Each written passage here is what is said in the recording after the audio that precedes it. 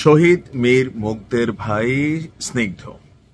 থাকে না, কারো থাকে বাবার দিনের কপাল, কারো থাকে শ্বশুর বাড়ির কপাল, কারো আবার জামাইয়ের দিনের কপাল, কারোর আবার বউয়ের দিনের কপাল, আর কারোর থাকে ভাইয়ের দিনের কপাল।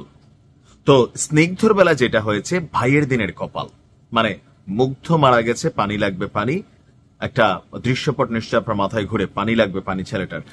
তো সেখান থেকে জুলাই আন্দোলন, ফাউন্ডেশন, এরপর হচ্ছে সেখান থেকে পদত্যাগ, এরপর আবার দেখলাম যে এনসিপির সাথে লেজুর বৃত্তি। দিন শেষে স্নিগ্ধ যখন আপনার বিএনপিতে যোগ দিলেন, এমনকি এমনি এমনি যোগ দেন নাই ভাই, এরকম যোগ দিলে তো বহুত জনে আসলে বিএনপিতে চলে আসবে, ডাইরেক্ট এমপি টিকেট, আর কোনো কথা নাই।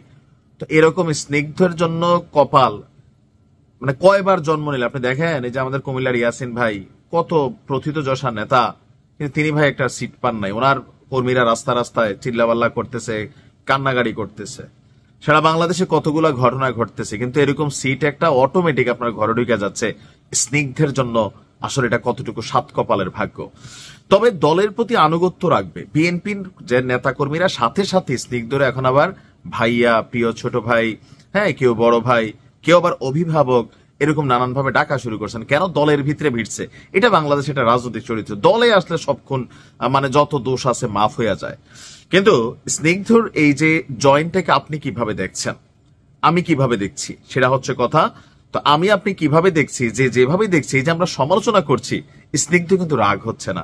সত্যি সত্যি স্নিগ্ধ পোস্ট দিছে, এই যে আমরা যারা সমালোচনা করলাম, স্নিগ্ধ এতে রাগ হচ্ছে না, কারণ তিনি মনে করছেন আমরা যারা সমালোচনা কারিয়েছি আমরা তাদের অভিভাবক। এই কথাটা ভাল লাগছে পোলাটার।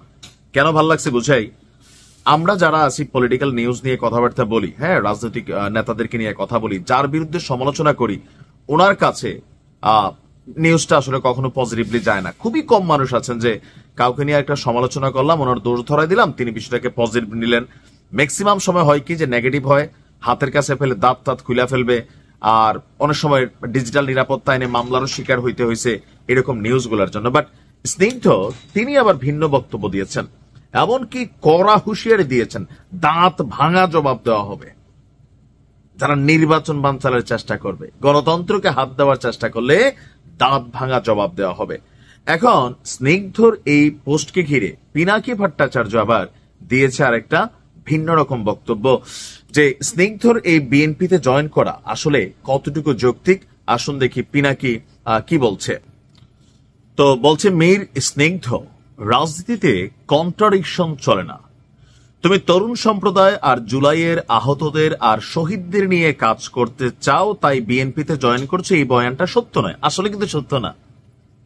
এই বয়ানটা কিন্তু আসলে সত্য না। এখানে নিজের ভবিষ্যৎ করা, এমপি হবে, টাকা পয়সা কামাবে, বাপ দাদা 14 গোষ্ঠীর জন্য পয়সা কামাবে, এটাই কারণ। স্নিগ্ধ তো দুই মুখের কথা তার। সে জুলাই আন্দোলনের পরপর বলছিল, যখন সে জুলাই শহীদ ফাউন্ডেশনের একটা বড় পোস্টে গেল, তখন সে কিন্তু বলছিল রাজনীতি করবে না। তারপরে যখন পদত্যাগ করলো, কেন? দেখেন পিনাকির এই বক্তব্যটা কিন্তু সঠিক।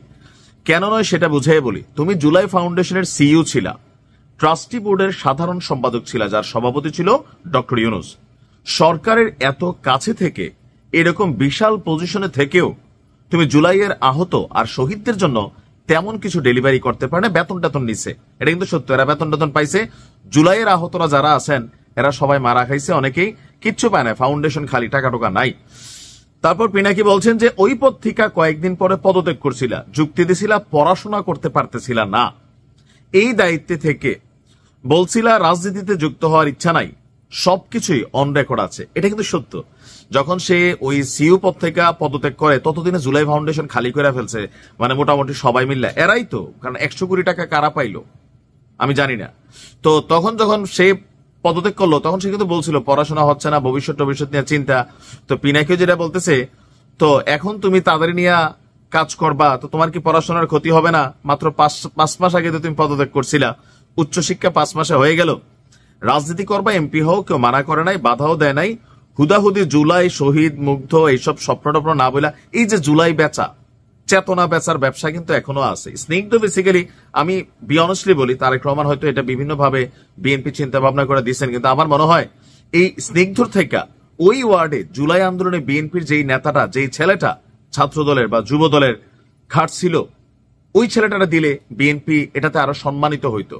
দলের কাছে তাদের আরো ওজন বাড়তো, যে না, যে শুধু স্নিগ্ধ মুগ্ধ করছে, মুগ্ধ মরে গেছে, মুগ্ধ তো আর জীবিত নাই, যদি মুগ্ধ জীবিত থাকতো তাকে দিত তাও বুঝতাম। এখন বিএনপি এটার একটা ভাইরাল ইস্যু থেকে একটা তারাও পলিটিক্স খাটাইছে এখানে। আর স্নিগ্ধ 5 মাস আগে দেওয়া কথা এখন আবার বলতেছে যে দাঁত ভাঙা জবাব দেওয়া হবে কেউ ইয়া করলে।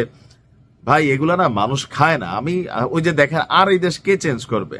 এরা নিজেরাই এখন পদ পদবি, এই যে প্রত্যেকটা এনসিপির প্রত্যেক নেতা পয়সা টয়সা কামাইয়া তলে তলে সিট বাণিজ্য, কে কটা আসন দিবে, মন্ত্রীপদ কটা দিতে হবে, সব এই ধান্দায় ব্যস্ত।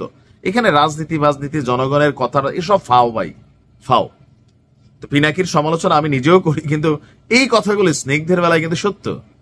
এমনকি এটা নিয়ে বিএনপির আপনি দেখেন যে আসন থেকে তার মনোনয়ন দেওয়া হচ্ছে, যদি দেওয়া হয় ঢাকা 20 না 18, ওই আসনে বিএনপি নেতারা এটা অন্তর থেকে মেনে নিবে।